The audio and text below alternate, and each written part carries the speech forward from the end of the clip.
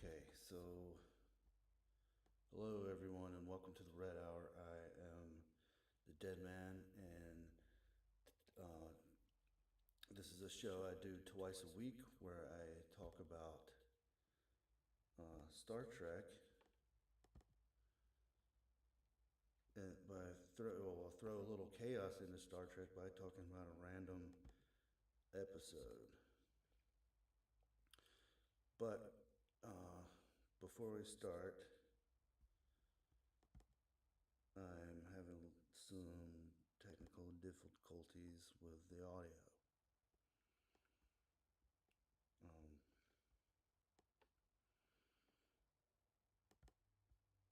I'm trying to figure all this. I just purchased some new software and I'm trying to figure all this out. And uh, and I can't even hear myself, which is an issue. For some reason, it's not.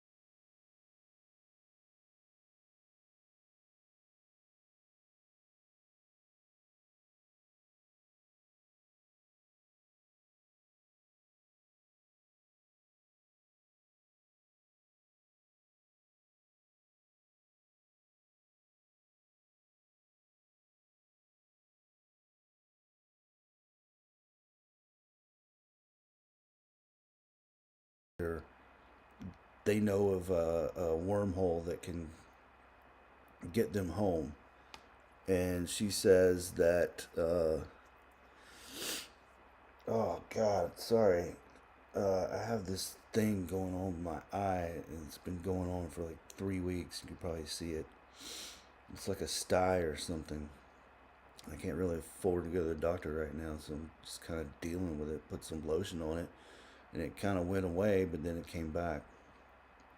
So anyway, and I think the allergies, fall allergies are not helping either. So she agrees, and of course, this is like she has a different haircut, and she's wearing leather gloves, and the uniform. There's just something slightly off about the whole situation, and I don't know. I don't.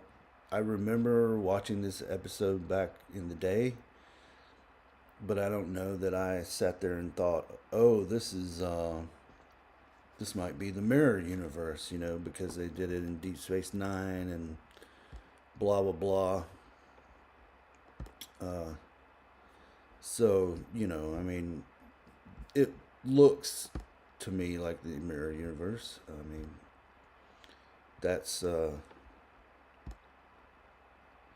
I imagine there were some people that did think that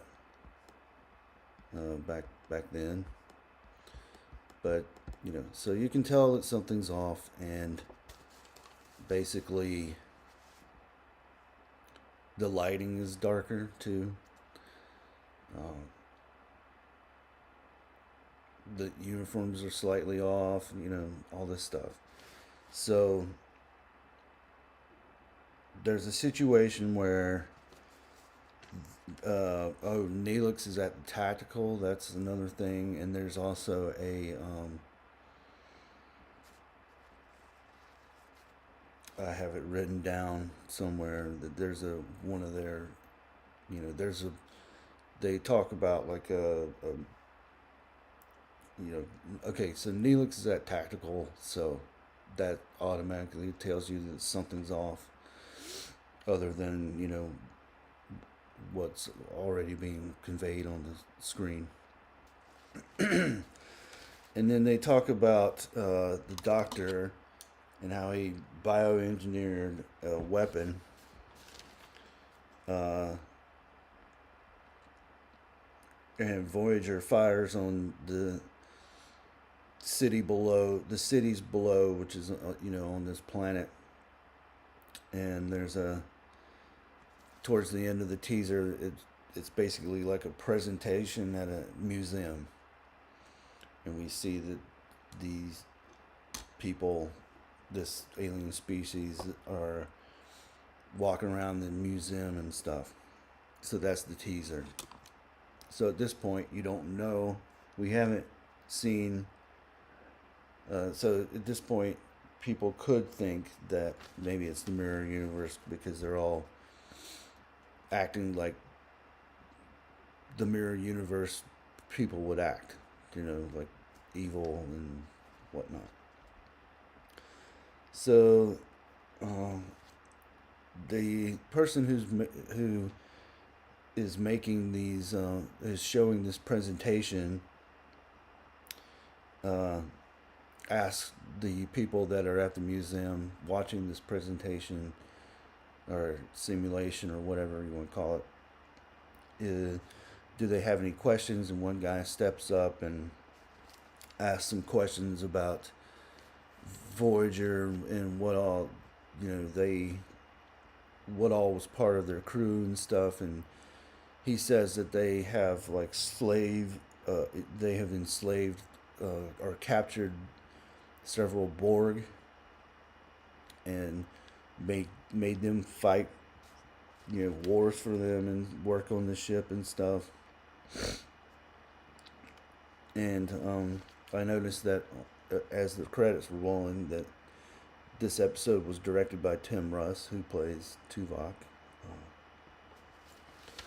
And basically, what had happened in their mind was that Voyager had committed Kazon, is what I wrote down. There's a Kazon on board. So obviously, we haven't dealt with the Kazon in a while on Voyager, and so that that should tell you that something's off.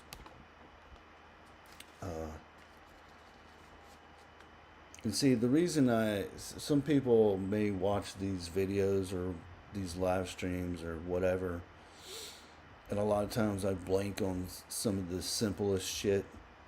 Like I think one time I was thinking about this last night. One time I blanked on the Bajorans, which is something that you know anybody that's a Star Trek fan should know the Bajorans. You know, that's like knowing the name of the Vulcans or something. You know, and so people might. I was thinking, what I wonder what people think when that happens. Do they think that this guy doesn't know what the hell he's talking about? He can't even think of the name, the Bajorans. Or I mean, it just happens. I blank on stuff. You know, I sometimes I'll blank on people's names who I've known for years or worked with for years. It's always at the time when you need it the most, and you're talking to somebody and you're like, oh, remember, and then you just blank on their name, So it's not like I don't know who the Bajorans are or whoever. It's just the hamster wheel is slow sometimes. But I was just thinking about that last night because uh, it just came to mind for some reason. I don't even remember because I was getting ready. I was getting prepared to, I didn't do I didn't do the red hour properly last week because of Halloween and all the stuff going on in personal life, and so I was like coming back, and it was just something that I was thinking about. So, in the sick bay, uh, Harry Kim and Chakotay are torturing one of these guys, and they're called the Kyrians, and they have like little tiny horns coming out of their foreheads. That's how you know they're not human. It's like the forehead of the weak is what people call it. But and Chakotay's got like he normally has those tattoos on his head, but this time it's like covers his whole side of his face. It looks like around me of Mike Tyson. And Harry punches the guy, and he says, "I can do this all day," like Captain America, right? And then he punches him again, and he's like, "Maybe I can't do this all day." And then the doctor shows up, and he has like a hyper spray, and he gives he says it's more effective than like beating the guy. So Chakotay lets him administer the hyper spray, and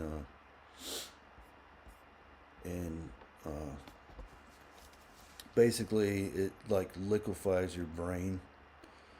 So the guy, what they want is the location of the wormhole, because they're basically kind of trying to get around this whole situation, and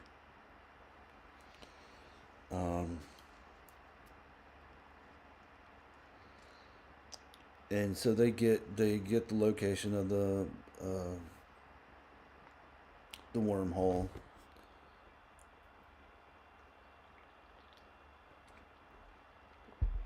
Um, but at the same time, the Kyrians board the ship, and so Janeway wants to activate 7 and 9.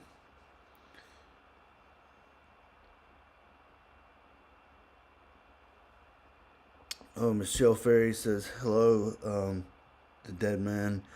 I didn't get a notification about the red hour. Do you have your notifications set on, all alerts? It's possible that YouTube could be screwing with things. Can you hear me? Can you hear me well, Michelle Ferry? that's a question that I have because I have been messing with this new software. Uh, I've been messing with this new software for the past few hours, and I think I finally figured it out. So if you can hear me, please put a Y or a 5x5 or whatever you want to say in the chat. Uh,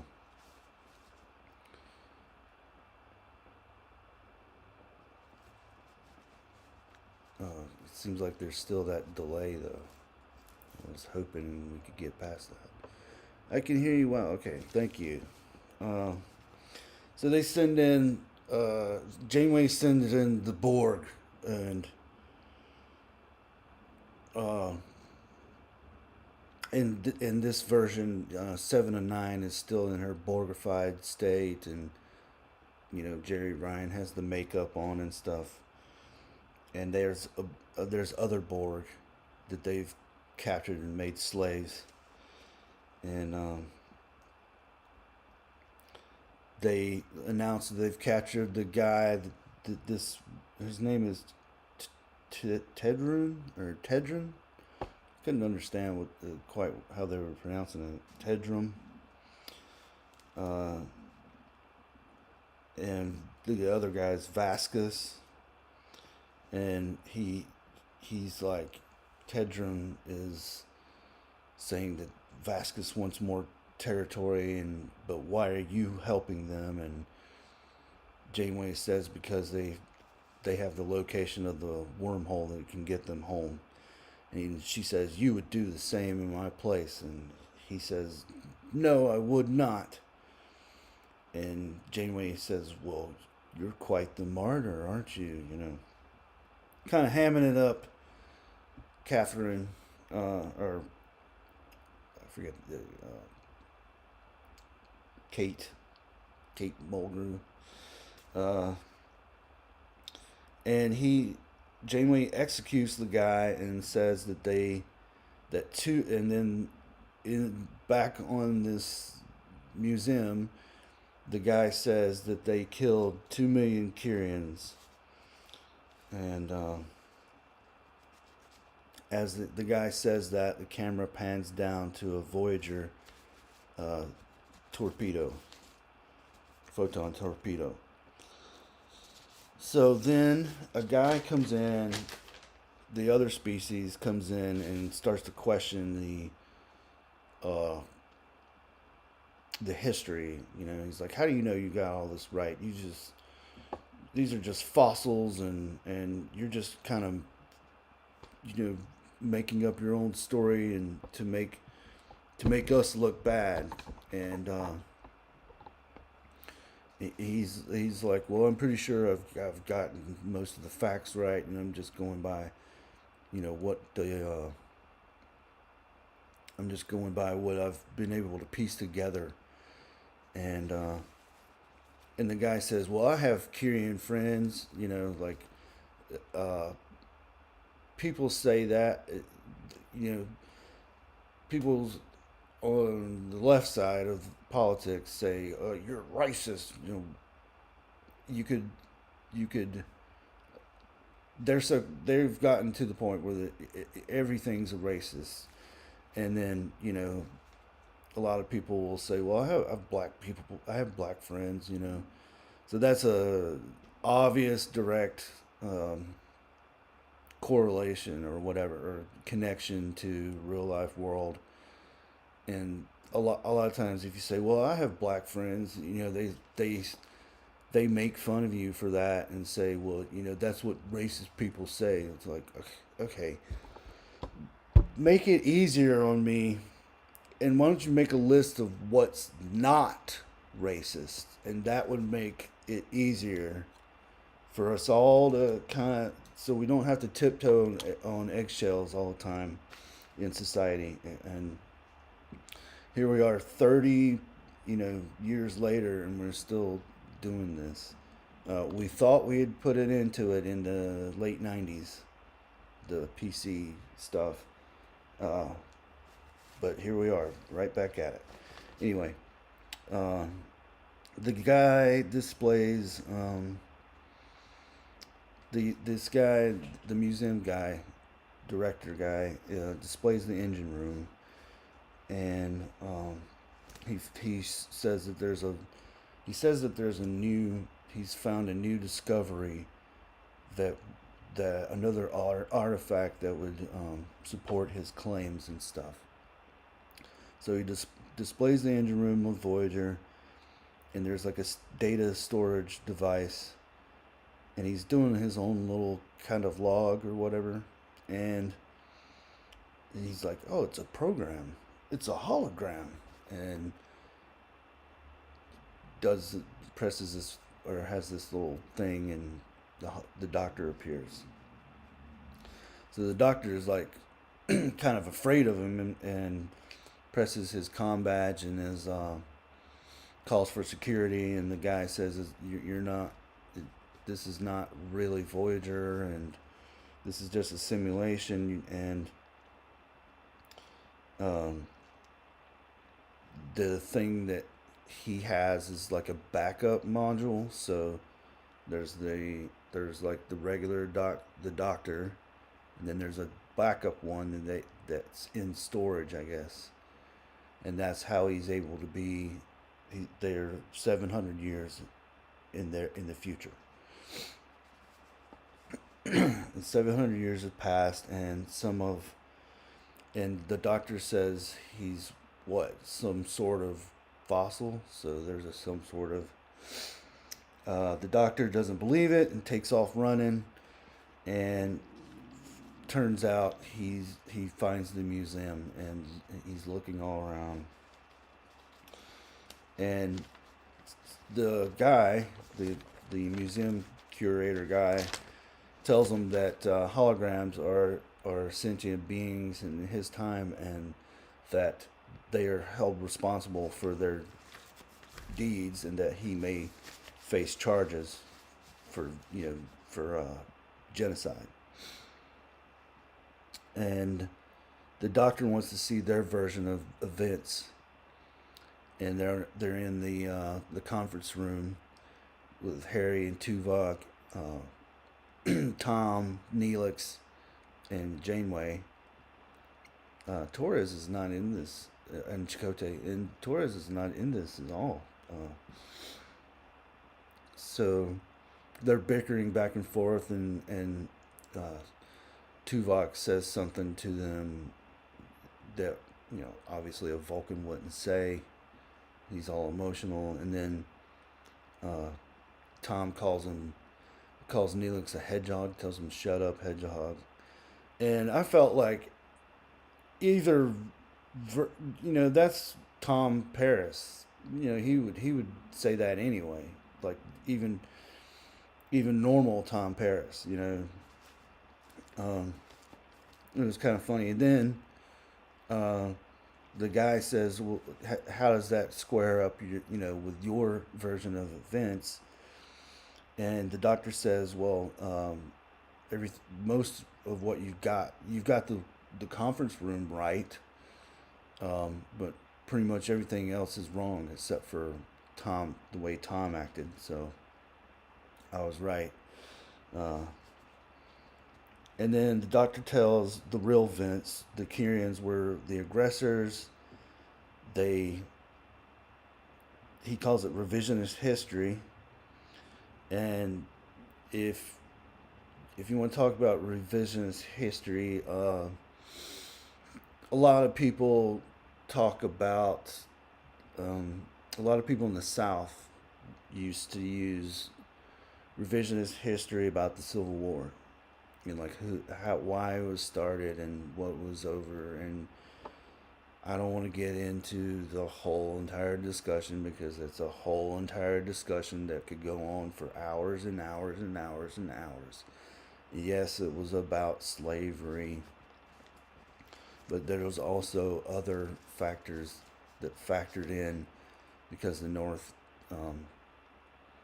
there weren't as much slaves in the North because they didn't have the type of fields that the South had, and their economic system was different, and they had trading. They were trading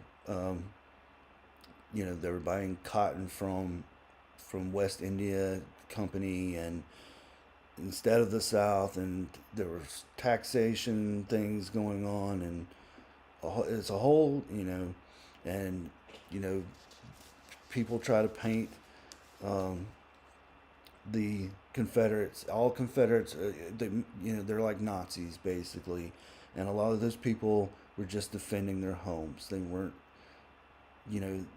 trying to rebel against the country, and it's a whole, like I said, it's a whole big discussion, but there's revisionist history, I think, on both sides of that discussion. And then if you want to point to more recent times, if you talk about COVID and how the left says, you know, nobody was forced to take the vaccine, and I'm sorry, if you were in the military, you had to. If you didn't, you lose your job. That's what I would call being forced. But anyway, I'm not gonna get into all the other crap about that nobody was censored. Yes, they were. The government. I don't want to get into it, but Elon Musk sort of corrected that problem by buying Twitter, but Facebook did it too, and now they're saying they're sorry. Okay, well, it's too little, too late. Anyway, but if we look at Star Trek, Star Trek is supposed to sort of reflect on humanity and lessons from the past and blah blah blah. So that's why I bring stuff like that up because I don't know if the writers were thinking about that. Obviously, they weren't thinking about COVID, but the Civil War and revisionist history. But there's also other conflicts in the world, like ones that are currently going on in a Middle Eastern country, where three different religions converge, and there's a lot of revisionist history on both sides of that conflict too, and who was there first, and whose land it is, and all that stuff, and who has who built temples there first, and who all of that stuff goes back. It goes back to 1947, but it really goes back to hundreds and thousands of years. Anyway, but there's your comparisons to like real world. So and what Star Trek is trying to do is get us to reflect on humanity. So the Doctor points so this guy, the Kyrian guy, the museum guy, shuts the Doctor down because he doesn't want to hear anymore. And then he goes back to dictating his little log or whatever, and it's some time has passed. It's like later on in the nighttime or something, and he was like, well, we were sure that the Doctor was AI, but we thought he was an android. So, what else did we get wrong? And a lot of this also made me think of that episode of TNG Drumhead, where there was a guy who's like quarter Romulan, and he was being accused of something just because of he was a quarter Romulan. And that's when Picard makes his speech. The first time speech is censored, blah blah, and we can take some lessons again from like what happened 5 years ago. The first time speech is censored. I wish that I would have looked that up, but I was messing with this audio the whole entire time, and it was such a stupid solution. I can't believe I spent so much time on it. Anyway, so then before the Doctor was shut down, he says there's a miracle tricorder in your display that can prove what I'm saying. So that was another thing that this guy was kind of reflecting on. So He brings the doctor back online, and the doctor, and he he's telling him, about what really happened, and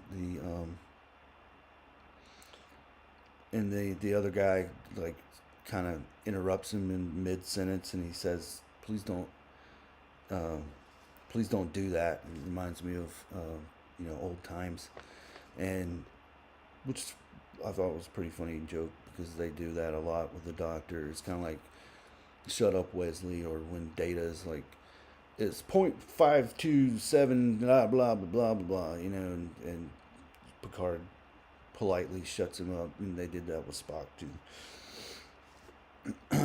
So the guy wants to hear the doctor's side of the story and agrees to let him, program their holodeck or whatever, and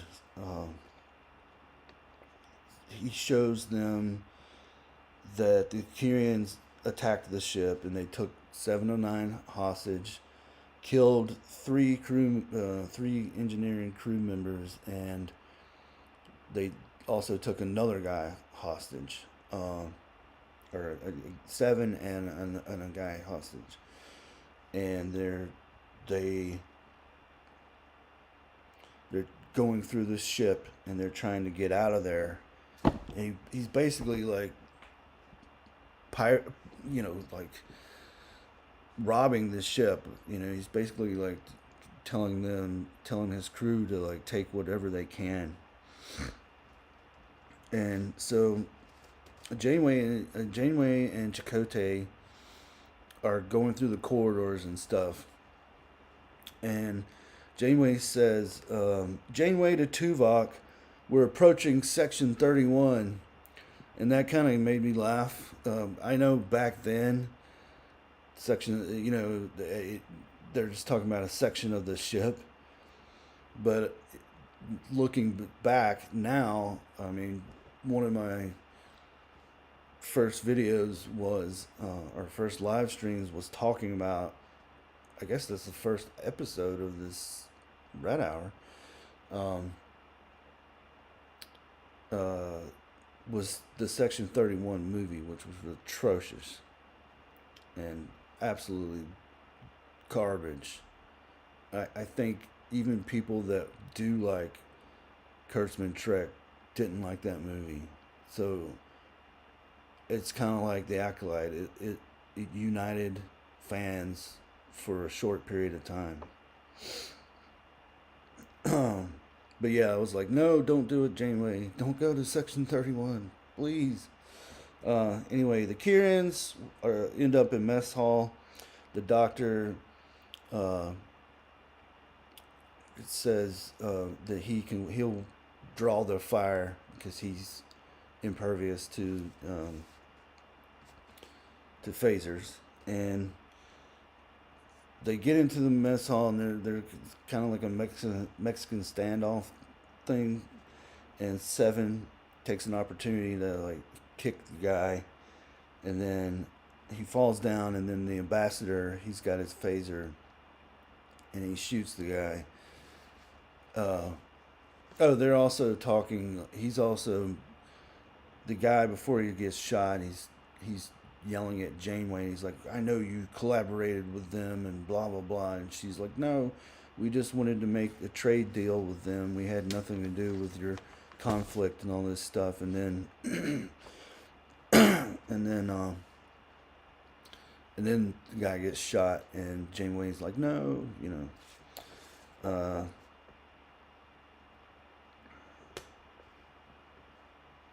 and so back on that museum, uh, again the the tricorder proves there's a group of there's two of the ambassadors race, and one of the other race, the guy that got killed, and the guy that's the curator of this museum, and they're like a committee or whatever to see whether the doctor is going to be charged with a war crime or whatever. And um, he says that the tricorder proves that Tedron, or whatever his name, I can't pronounce it, was killed by the other, not a Federation weapon. It was the other weapon, the other race's weapon. And uh, the lady argues with the other two about how they've been treated and over centuries, and and again, it goes back to that conflict that's going on in the desert. Where people in that were forced into a slot of land because they voted in a terrorist group, and you know that's why. It's not over nothing. Uh, and she brings up race, and the guy says it's always about race, and then that's when I was like, oh yeah, that's for New Trek. It is definitely. And Voyager. Um, then he's talking to that guy is talking to the doctor, and he says, Voyager is what made him fall in love with history in the first place, and he always wondered if Voyager ever made it home. And then we get the Vaskins is their race. So there's Kyrians and the Vaskins. And so there's an attack on the museum, and you see people coming in, rioting and stuff. Mostly peaceful protesters. And so they're scurrying out of there, and they leave the tricorder behind. And then the next day, there's all this damage and stuff, and they're looking for the tricorder. And the doctor says, I want my program deleted. That would solve the problem, because I'm seen by one side as a genocidal maniac, and then by the other side as like a martyr or something.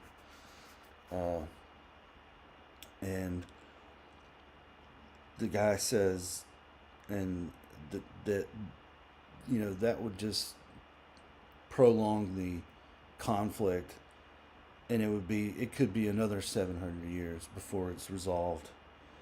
And so then it goes back to another presentation at this museum. Some time has passed, and this lady's there, and she says that because of the doctor's effort, the doctor obviously agreed to testify, to be a living witness. Because of the doctor's efforts and this other guy, the museum guy, it paved way for peace amongst the two people, and now they kind of coincide in peace. And I guess you could kind of compare it to the Irish, Northern Ireland situation too, the IRA, and how that eventually got resolved, but there's probably still some resentment. Actually, I know a guy who from Ireland that still hates the English. So I thought it was a decent episode, a 7 out of 10 in my opinion, because of some of the things that I brought up, and how it's stuff like that is still relevant. It's always going to be relevant. It's, and that's a good thing about Star Trek, as I've said multiple times. People in chat, that Star Trek is about humanity and the human condition, and exploring the human condition, and talking about things that are awkward. Like back in the day, they couldn't talk directly about Vietnam, but they could use allegories, and this is a decent does a decent job of doing that. So it looks like DJ Play Nice showed up. Hello, DJ Play Nice. And Michelle Ferry, as I mentioned earlier.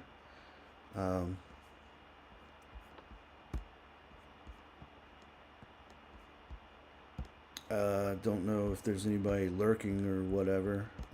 This I have to go on YouTube to see that. Through this software is an improvement, but it was a headache trying to figure out all the technical stuff. And there's probably more I could do to improve like the look of the channels. Like I tried to put an overlay. I didn't like the way it looked. I'm not a gamer anyway. Maybe a geek, but I'm not a gamer. I play game. I mean, I do play games every once in a while, but I don't do it like all the time. And I'd rather just stick with this style, and it's just nice to. I was able to enlarge my forward-facing monitor so I can see myself a little better, and the chat is more visible, so I don't have to open up another screen and mute myself in order to see the chat and see what's going on. All right, so I want to thank people that came to my Halloween stream. I'm going to talk. Okay, so I enjoyed the Halloween stream, and I enjoyed playing music, and I know that, and I did get a copyright, which I'm pretty sure I can beat it because it's a cover. It's a cover, and you're allowed to do covers on YouTube. And I'm not monetized anyway, so it doesn't matter. So I'm thinking that on this Friday, I'm going to do a new show called The Deadman Unplugged. And it's probably only going to be like 30 minutes, like 30, 40 minutes like this. May go on longer if if there's people in the chat and we're chatting and da da da da. But I'm just gonna play a few songs for your entertainment and this is like therapy for me. So 9:00 Eastern Standard Time on Friday night, I'm gonna do the Deadman Unplugged. And I've also decided to start doing like random movie reviews. And so on Monday at 8 p.m., I'm going to do a review of a movie. And I think because it's Bond month, I'm going to do a Bond movie. I don't know which one. I haven't decided yet, but I've got the time on Monday to do a stream, and I've got the time on Friday to do one, and I think it'll be, hopefully people will enjoy it. And I also want to say that right now I'm working with Admiral Teague, and I think he's going to have me on his show, Saving Star Trek, Saturday at 10 p.m. Eastern Standard Time, and where he talks about a episode of he's going through Enterprise right now, but I don't know that he's doing. He did Countdown, or he did the Nazi one, and then there's which is a two-parter, but I don't think he's doing that two-parter. He's doing something else where. But he's going to have me on 10 p.m. hopefully. I mean, if all goes well. So check that out, and I will put his channel. Let's see.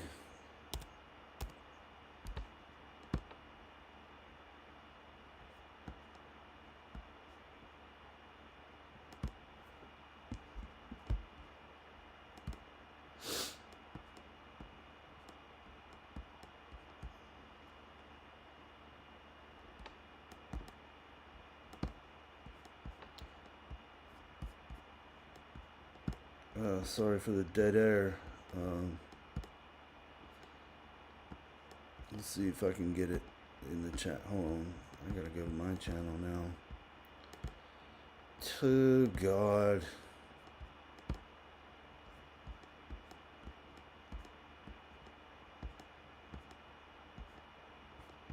Oh my God. Here we go.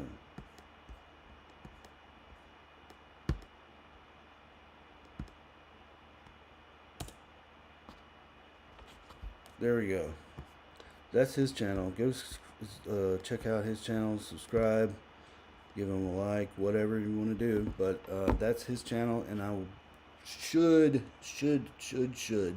provided everything works out the way we're planning it to, be on there Saturday night at 10 o'clock, where he does his Saving Star Trek.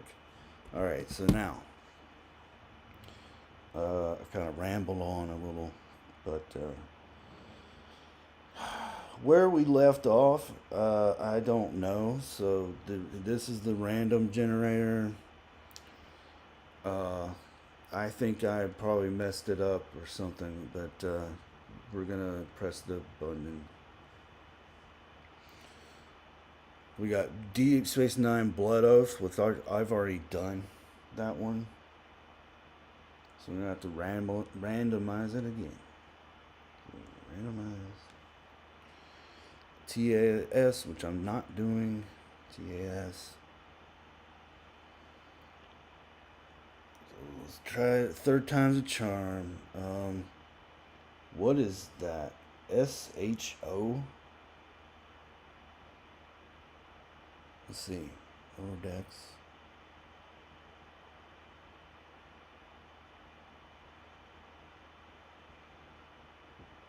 Discover. No. It's not one that we're doing, so I don't know what that is. SHO, the escape artist.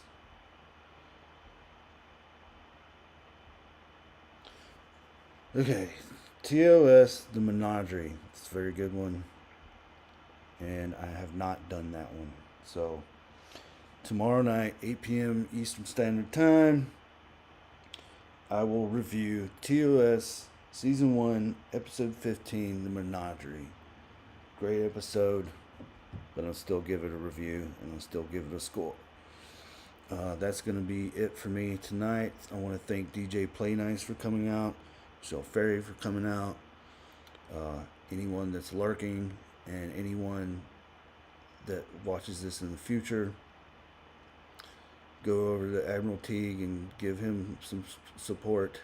And he's monetized, so you can actually support him. Like, and that stuff does help. That's beer money. That's gas money. That's, a little bit of your electric bill or whatever, every little bit helps. DJ Playnice says Menagerie is a good episode for sure. Yeah, definitely. That's going to be it for me tonight. Have a good night, and hopefully we'll see you on Thursday, and maybe even Friday and Monday. That's 4 streams in a week. But